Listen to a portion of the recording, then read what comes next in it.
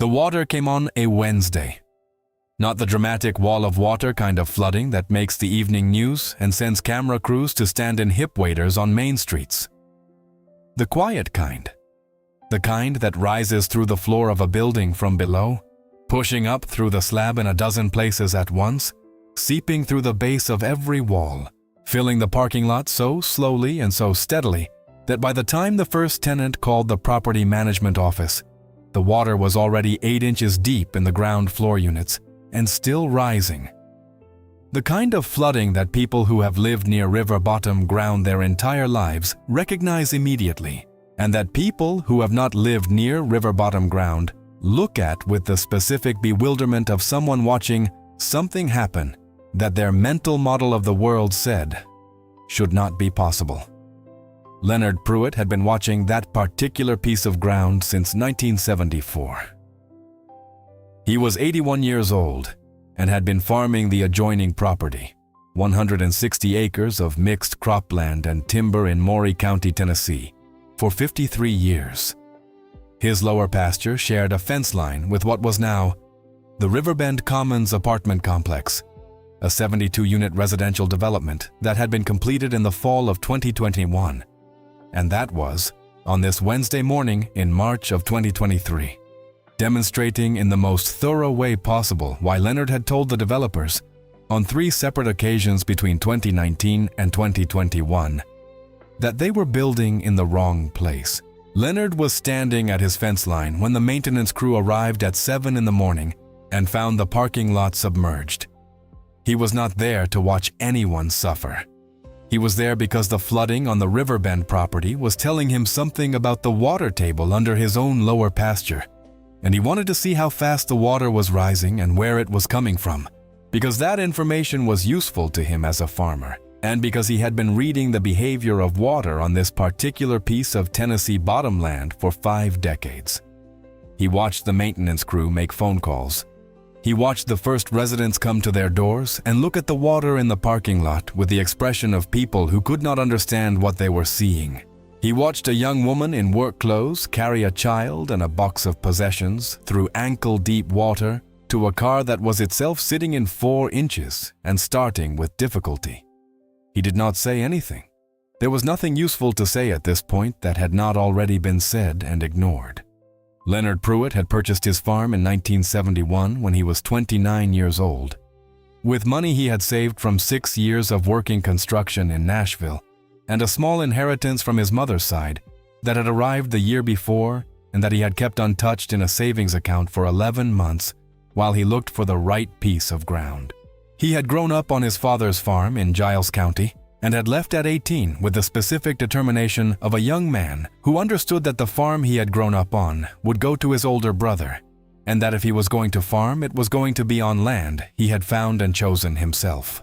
The property in Maury County had been recommended to him by a man named Harlan Whitby, who had farmed the Duck River bottom in that part of the county for 30 years, and who knew the ground the way old farmers know ground they have worked across many seasons, not as an abstract investment, but as a specific place with specific characteristics and specific memory.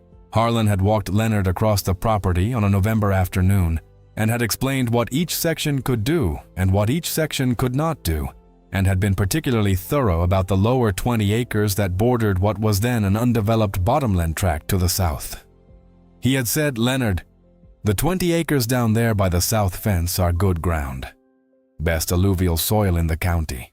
But you need to understand what you are working with. That ground down there is river bottom in the truest sense. The Duck River does not run through it anymore, but it ran through it for 10,000 years before it moved to its current channel. And the soil remembers.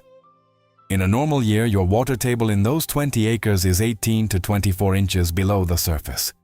In a wet spring, it comes up to 12. In a flood year, it comes up to the surface or above it. The old-timers who farmed this county before the river moved called this section the sink, because when the river rose, it all went under. Leonard had listened and had bought the farm anyway, because the lower 20 acres in a good year were as productive as anything in Maury County, and because he understood what Harlan was telling him and had the experience to work with it rather than against it. He had farmed the lower section in row crops in dry years and left it in pasture when the spring water table was too high for reliable planting, the way farmers in that part of Tennessee had farmed river bottom ground for 200 years, with the flexibility that came from understanding what the land could do in each season, rather than expecting it to perform the same way every year. He had also, in 1979, installed a series of monitoring stakes along the south fence line, and at 3 interior locations in the lower section, graduated wooden posts driven to specific depths that he read twice a year, in late February and late October, to track the water table elevation across seasons. He had done this after a wet spring in 1978 that had surprised him more than he liked to be surprised by his own land. He had kept the readings in a log he maintained in the farm office, a spiral notebook that was replaced each decade when it filled, and which now stretched across 4 complete notebooks going back to 1979. A continuous record of what the water table under the lower section of his farm had done in every season for 44 years. The undeveloped bottomland to the south of Leonard's farm had changed hands twice in the 40 years he had been watching it. The first sale in 1983 had been to a family named Cassell, who had used the property for cattle grazing and had done so sensibly, running a modest herd on the higher portions of the tract and keeping the lowest sections in permanent pasture rather than trying to graze them in wet years. The Cassells had sold to a speculative land investor from Nashville in 2007, who had held the property through the 2008 recession and the years that followed without doing anything with it, and who had sold it in 2018 to Cornerstone Development Group, a mid-sized residential developer based in Franklin, Tennessee. Leonard had watched the Cornerstone surveying crews on the property in the fall of 2018 from his fence line, the way he watched everything that happened on the land near his own, with the patient attention of a man who understood that what happened on adjacent property had consequences for his own operation. He had watched them survey, and he had watched where they put their stakes, and he had seen, in the pattern of the stakes, that they intended to place the apartment buildings and the parking structure in the lower section of the property, in the same bottomland zone that his monitoring stakes and Harlan Whitby's 40-year-old warning had consistently described as the sink. He had walked to the property line and flagged down one of the survey crew members, a young man with a clipboard, and had asked him if he could get contact information for whoever was making the decisions for this project. The young man had given him a card for the project manager at Cornerstone, a man named Brian Talley. Leonard had called Brian Talley that evening. He explained who he was and that he owned the adjacent property and had been farming it for nearly 50 years and had been observing the hydrological behavior of the bottomland in question for most of that time. He said he wanted to share some information that he thought might be relevant to their site planning decisions. Brian Talley said he appreciated the call and that the company had engaged a civil engineering firm to do a full site assessment and that the engineering report would address any site-specific concerns. Leonard said he understood that and was not suggesting that the engineering assessment was unnecessary.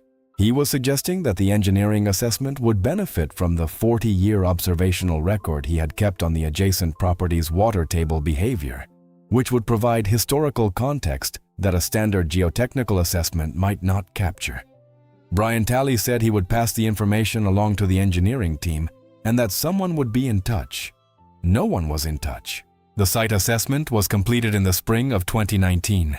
Leonard did not see the report, but he saw the results of it when the grading began in August of 2019 and confirmed what he had expected, which was that the development was proceeding with the primary building footprints in the lower bottomland zone. He called Brian Talley again and was told that Brian had moved to a different project and that the Riverbend Commons project was now managed by a woman named Donna Eckert. He called Donna Eckert and left a message. She called him back 2 days later. He described the water table data. He described the 44 years of monitoring readings. He described Harlan Whitby's original characterization of the ground as the sink and what that characterization had meant in practical terms in the years he had observed it. He offered to share the monitoring notebook data directly with their engineering team if they would provide a contact. Donna Eckert said she appreciated the information and would discuss it with their civil engineer. Leonard asked if he could speak with a civil engineer directly. Donna Eckert said she would pass his contact information along. The civil engineer did not call. The grading continued through the fall of 2019. The building foundations went in during the spring and summer of 2020. Leonard watched from his fence line and from the high point of his north pasture, where the terrain gave him a view of the entire Riverbend site, and he noted in his farm notebook, which he had been keeping consistently since 1974, in the same compressed observational style he applied to everything about his land, that the foundation depth appeared to be standard residential construction depth and did not reflect any mitigation of the groundwater conditions he had described. He noted the orientation of the buildings, the location of the parking structure, the grade relationships between the building pads and the surrounding bottomland, all of which indicated that the engineering assessment had either not identified the hydrological risk he had described or had identified it and concluded it was acceptable. In October of 2020, Leonard made his third and final attempt. He wrote a letter, not an email, which he did not use, but a physical letter, typed on the old typewriter he kept in the farm office, addressed to Donna Eckert at Cornerstone Development Group, and carbon copied to the engineering firm, whose name he had found on the permit filings at the county courthouse. The letter was 4 paragraphs. The first paragraph described his identity and property and the duration of his observation of the adjacent bottomland.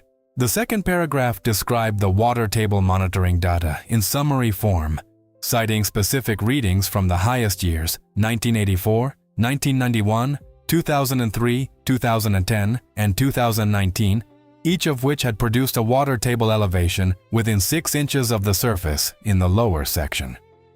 The third paragraph described the specific risk he was identifying, which was not surface flooding from rainfall, but groundwater rise, which behaved differently from surface flooding in ways that standard stormwater engineering did not address, which was that it came from below rather than above and could not be managed by drainage swales or retention ponds designed for surface runoff.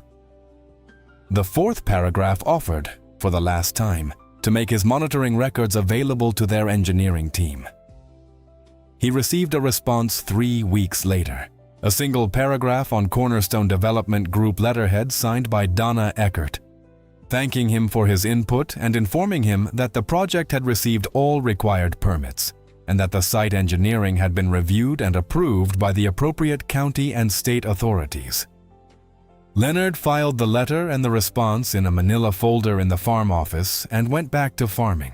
The Riverbend Commons project was completed in September of 2021. The first tenants moved in that October. The first winter passed without incident.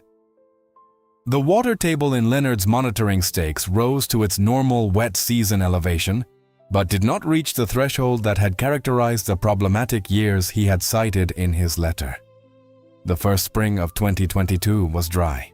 Leonard noted in his farm notebook that the absence of a high water event in the first year and a half of occupancy at Riverbend was not evidence that his concern had been wrong.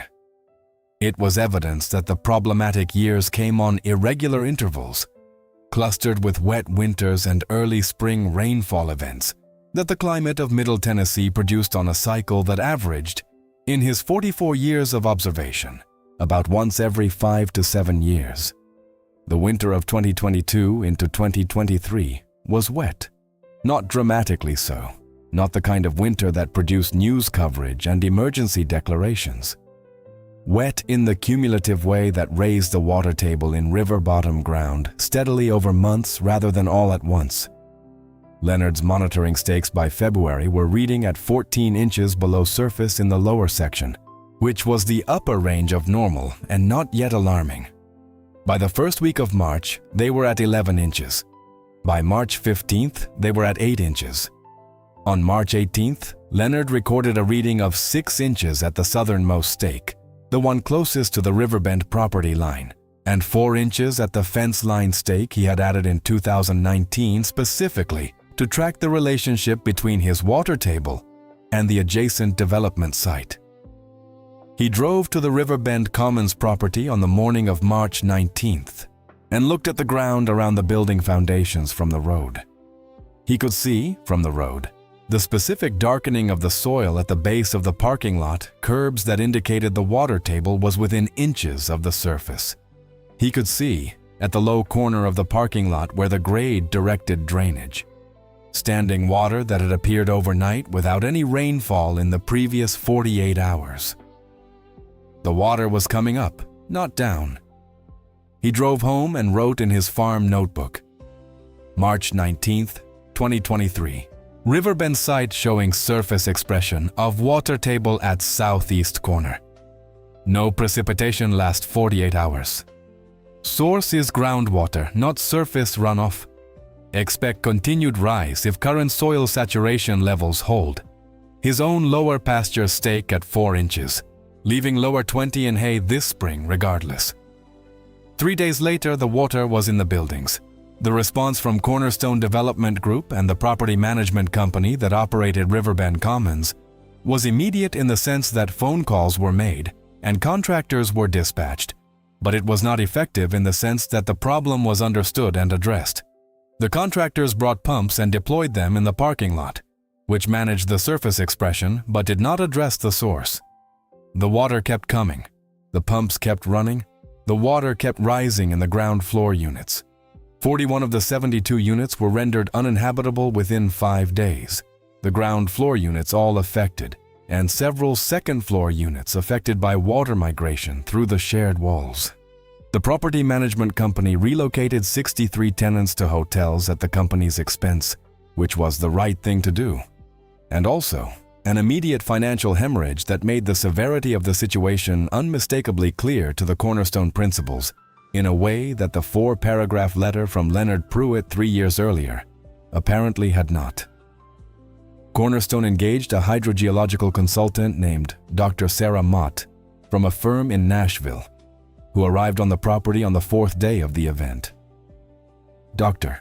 Mott spent a day taking readings and examining the site conditions and reviewing the original engineering assessment, which she obtained from the county permit files.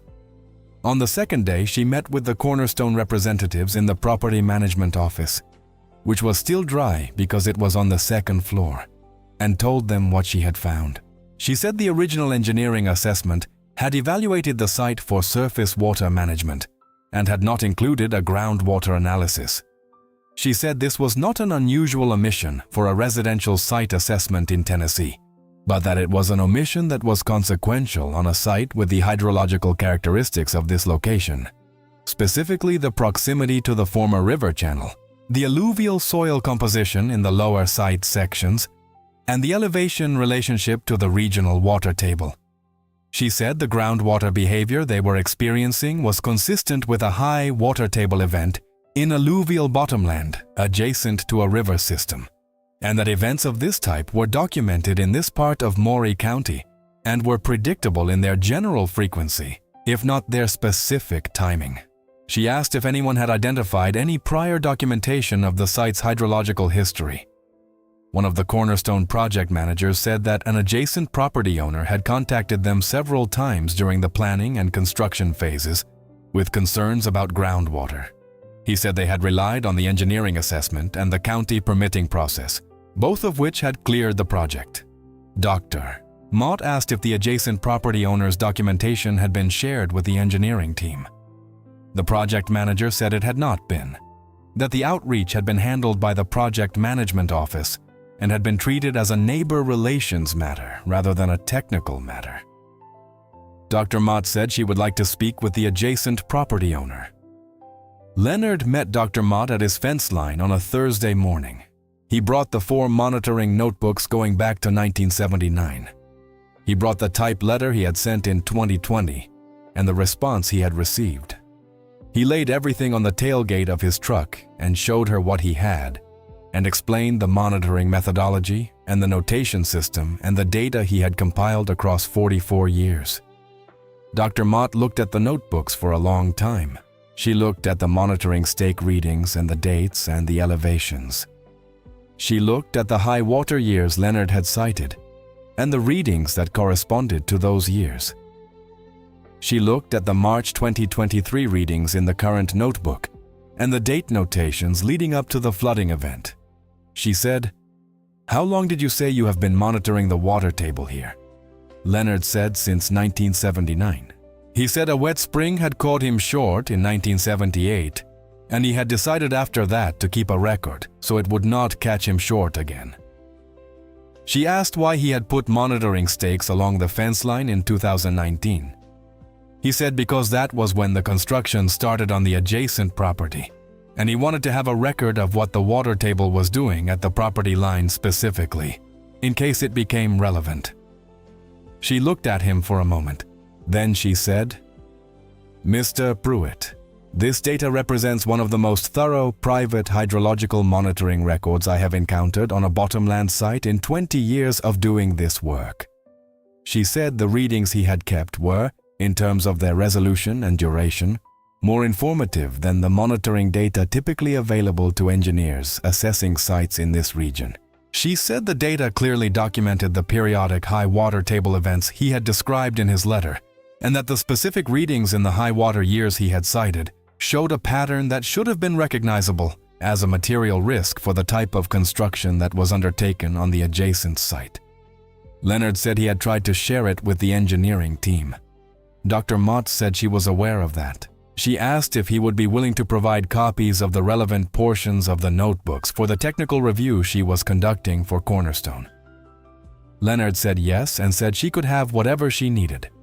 She also asked him, while they were at the fence line, what he thought would need to happen to make the Riverbend site viable for residential occupancy in the long term. Leonard thought about that for a moment.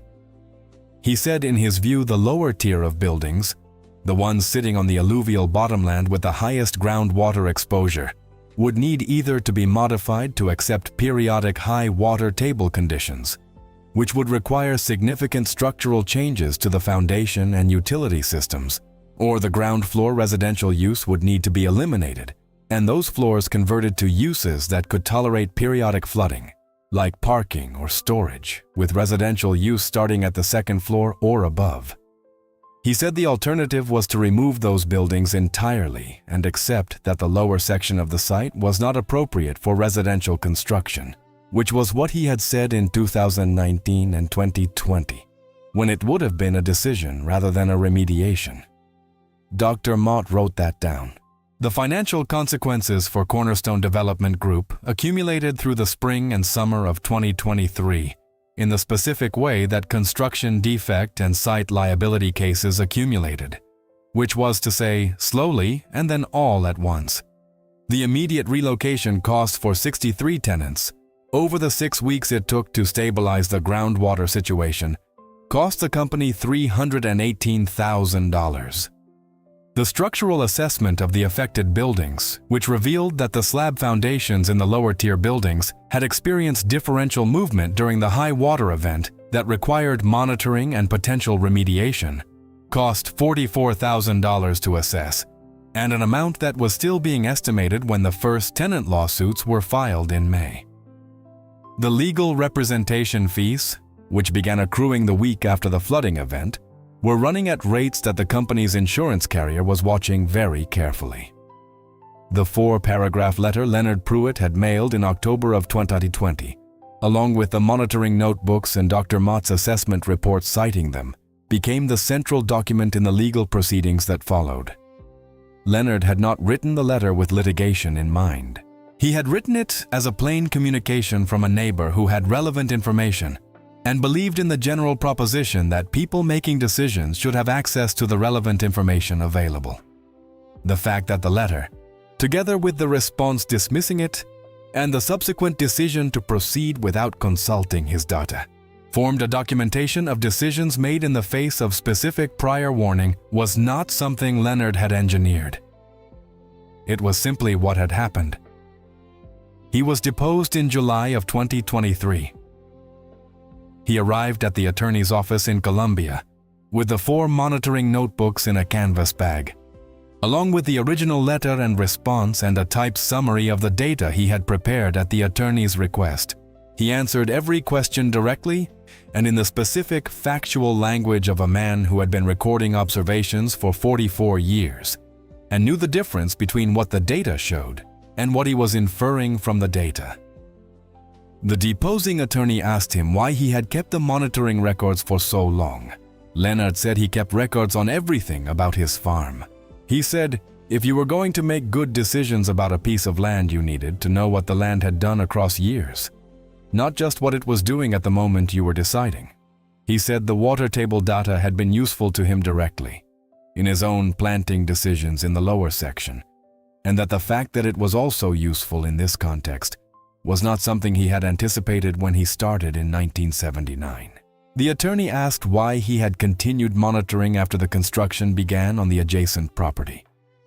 Leonard said he had added the fence line stakes in 2019 because he thought the data might become relevant to what was being built next door, and he wanted to have it if it was needed. He said he had hoped it would not be needed. The attorney said, "You hoped the development would not flood." Leonard said yes. He said having been right about something like this was not the kind of satisfaction that felt good. He said the people who had moved into those units were not the people who had ignored his warnings. They were tenants who had signed leases in good faith and had come home one morning to find their belongings in 8 inches of water. He said that was not a thing he had wanted to see and had not seen with any satisfaction. He drove back to the farm that afternoon on the county road with a canvas bag of notebooks on the passenger seat and thought about what he would have done differently if he could do it again. He did not think he would have done anything differently. He had seen the risk clearly and had described it plainly and had offered the data and had been dismissed and had kept his own records and had waited for what happened to happen. That was the sequence. There was no version of it where a man in his position could have done more than he had done and still been the kind of man he was, which was to say a man who stated his case and then let the other party make their own decisions. Leonard Pruitt had learned the particular discipline of writing things down from his father, who had kept a farm journal every year of his adult life, and who had told Leonard, when Leonard was about 14, that a man who did not write down what happened on his land was a man who was going to keep making the same mistakes because he would not remember making them the first time. Leonard had started his own farm notebook in the first year he owned the Maury County property and had not stopped since. His father had kept 12 journals, now in a box in the back of the farm office closet. Leonard had read them across several winters and had found them useful in ways his father had not specifically anticipated, which was that they documented not just what had happened on the Giles County farm, but how his father had thought about farming, written in the matter-of-fact way of a man keeping records for himself rather than an audience. Leonard had found that honesty more instructive than any farming manual he had ever read. Harlan Whitby had started him on the path of land observation. Harlan had been 73 years old when Leonard bought the farm, a lean, deliberate man who had farmed Duck River, bottom ground his entire life, and who approached the land with the specific reverence of someone who understood that the ground was more patient and more permanent than any person working it. He had said things to Leonard in that first November walk that Leonard had not fully understood for years, not because the things were obscure, but because some knowledge required context to land, and the context only came from the doing. He had said, "The bottom ground will tell you what it is every spring. You just have to be willing to hear it say no some years. The farmers who fought it lost, every one of them. The farmers who listened are still here." The Cornerstone Project had not had a Harlan. That was the simplest way Leonard had been able to put it when he tried to think about what had gone wrong. Not because Brian Talley or Donna Eckert were bad people or incompetent professionals. He thought they were professionals who operated in a system that assessed land through standardized processes and treated standardized processes as complete when they satisfied their own criteria, without accounting for the knowledge that existed outside them. The engineering firm had done what engineering firms did. The permit process had done what permit processes did. Neither had been designed to capture the knowledge of a farmer who had been reading the same piece of bottomland through 4 decades of wet and dry years, and who had kept the record to prove it. The gap was not malice. It was the specific blindness of expertise that does not know what it does not know. Dr. Mott had mentioned to Leonard that she was planning to include the Riverbend case in a continuing education presentation she gave annually to civil engineers in Tennessee on groundwater risk assessment in alluvial bottomlands. She said she would not name the parties or the location specifically, but she intended to present the monitoring data Leonard had compiled and the letter exchange as an example of the kind of local observational knowledge that standard site assessments routinely failed to capture. She asked if Leonard had any objection to that use of the information. Leonard said he had no objection. He said if it meant that an engineer somewhere, reading about a bottomland site and seeing a neighbor with 40 years of records, thought to pick up the phone and actually talk to that neighbor, then the notebooks would have been worth keeping for reasons beyond the ones he had kept them for. She said she thought that was a reasonable hope. The spring of 2024 was dry. His February monitoring stakes read 22 inches below surface in the lower section, lower end of normal, a dry year shaping up.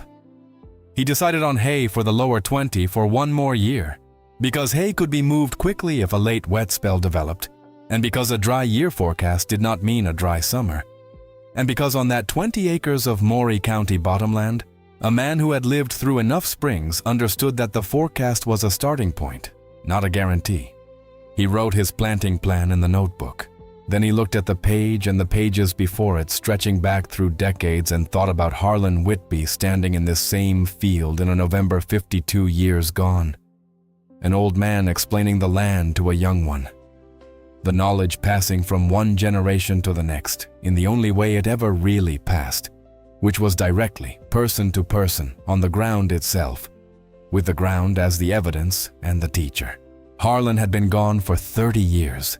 His knowledge was in these notebooks and in Leonard's hands, and in the decisions Leonard made every spring about 20 acres of Tennessee bottomland that the Duck River had built across 10,000 years, and that a residential developer had recently learned, at considerable cost, was not as simple as it appeared from the road.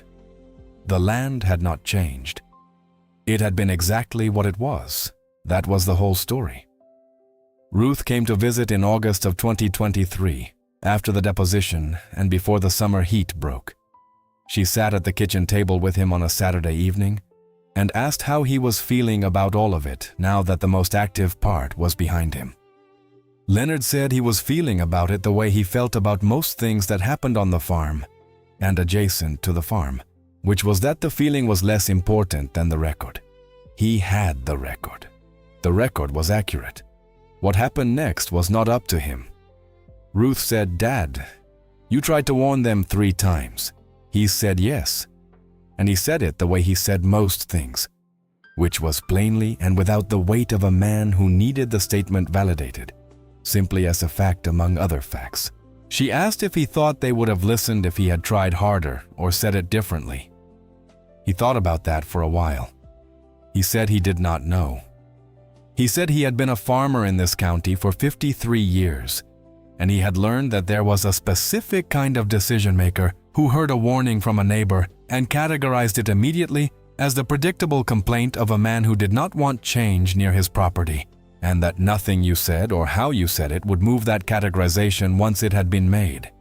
He said he thought Brian Talley and Donna Eckert had put him in that category in the first phone call, and had not revised it because nothing in their professional experience had given them a reason to revise it. They had never had a neighbor with 44 years of water table records before. The category they had was neighbor with concerns, not hydrologist with data. He had tried to tell them which one he actually was, and they had not had the framework to hear the distinction. Ruth said that seemed like a fundamental problem. Leonard said it was a common one. He said the world was full of people who had specific knowledge about specific places, and who could not get that knowledge into the systems that were making decisions about those places, because the systems did not have a way to receive it. He said he was one of the lucky ones because his knowledge had been documented in a form that a consultant could read and evaluate, and because the event had actually occurred in a way that made the documentation relevant in a proceeding where it could have some effect. He said most of the time the knowledge just stayed with the person who had it and was never used. and eventually went with that person when they were gone. He thought of Harlan Whitby again when he said that. Harlan's knowledge about the Duck River bottom had come to Leonard in one afternoon walk in November of 1971. Leonard had used it for 53 years. It was in the notebooks, but Harlan himself had known things that were not in that afternoon and not in the notebooks, things that had accumulated across 73 years of the same ground that no single conversation could transfer completely, and that had gone with Harlan when he passed in 1994. That was the nature of it. You received what the person in front of you had time and words to give you. The rest went with them. Your job was to build on what you received, and to give as much of it as you could to whoever came after you who had the patience and the interest to receive it. Leonard had 2 grandsons. The older one, James, was 24 and was working in construction in Nashville and had no particular interest in farming, which was fine. The younger one, Will, was 21 and had spent 3 summers on the farm and had asked questions that suggested he was paying the right kind of attention, not just to the visible work, but to the reasoning behind it, the why and the when as much as the how. Leonard had been letting Will read the notebooks when he visited, not assigning them, just leaving them on the desk and letting Will come to them on his own schedule, which he did, sitting in the farm office in the evenings after dinner, reading the entries from years before he was born, with the quiet concentration of someone finding a record of a world he wanted to understand. Will had asked Leonard once, reading an entry from 1991, why the water table had risen so much higher in that year than in most years. Leonard had explained the specific combination of a wet October and November the previous fall that had saturated the soil before winter, followed by an early and warm spring that produced fast snowmelt from the upper watershed before the ground had time to process the winter accumulation. He had explained the relationship between the watershed above and the water table below, the way the river system communicated across the whole county in ways that were invisible from any single field, but that showed up in the monitoring stakes if you knew to look and had been looking long enough to understand what normal looked like and what it did not. Will had written some of that down in his own notebook, a small one he had started keeping during his second summer on the farm. Leonard had noticed, but had not said anything about it. The noticing had been enough. If Will came back to farming eventually, the notebooks would mean more to him than they would to someone reading them cold, because he would have the context that came from time on the ground, the same context that had made Harlan's afternoon walk useful to Leonard in ways that a written description alone could not have been. If Will did not come back to farming, the notebooks would still be on the shelf, documented and dated and complete, available to whoever eventually needed them for whatever purpose the land and the years produced. Leonard Pruitt was 81 years old. He had been farming the same 160 acres for 53 years. He would farm them until he could not. The monitoring stakes in the lower section would be read in February and October, for as long as he was able to read them. The notebook entries would continue in the same compressed notation, the same plain language, the same factual record of what the land had done and what he had done in response. The Duck River was still there, 2 miles to the south, running in the channel it had cut sometime in the last several centuries, when it had abandoned the one that had built the alluvial bottomland that was now the lower 20 acres of his farm and the site of the Riverbend Commons apartment complex, and the reason that 63 tenants had spent 6 weeks in hotel rooms in the spring of 2023, while the pumps ran in the parking lot and the lawyers filed motions in Columbia, and the notebooks that Leonard had kept since 1979 sat on a table in a law office as evidence in a proceeding that would have been unnecessary if someone had picked up the phone and asked an old farmer what he knew. The land had known all along. It always did. That was never the question. The question was always whether anyone was paying enough attention to listen.